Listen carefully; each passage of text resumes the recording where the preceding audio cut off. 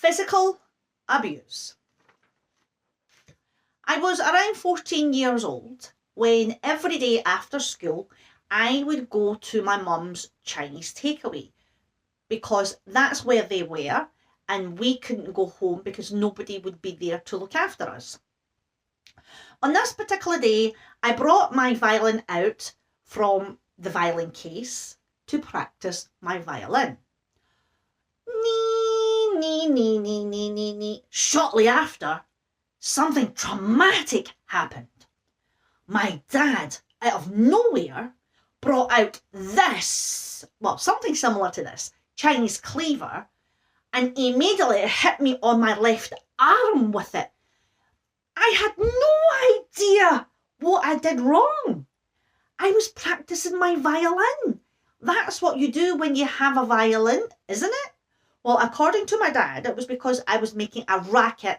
It was deafening, it was this, it was that, and he did not approve of the deafening noise. A few days later, I got changed into my PE kit at PE class in high school. My PE teacher, let's call her Miss whatever, brain freeze. Miss whatever immediately asked me, Kit, what happened to your left arm? Without thinking, I blotted out the truth. Oh, my dad hit me with something. What on earth did you hit you with to make such a big, massive bruise on your arm? Oh, I can't remember. Something like a Chinese cleaver. And she said, oh my goodness, I must report this to the head teacher. And she did. She told the class, I need to report this incident to the headmaster. Please stay here until I get back. So she immediately went to the headmaster's office and reported this incident. A few days later, I was told by a teacher, I can't remember who, that this incident was reported.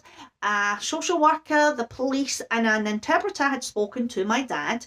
He was warned not to touch me again. And if he did, I was to tell the headmaster. So after this incident, my dad did not hit me ever again. However, the psychological damage was already done.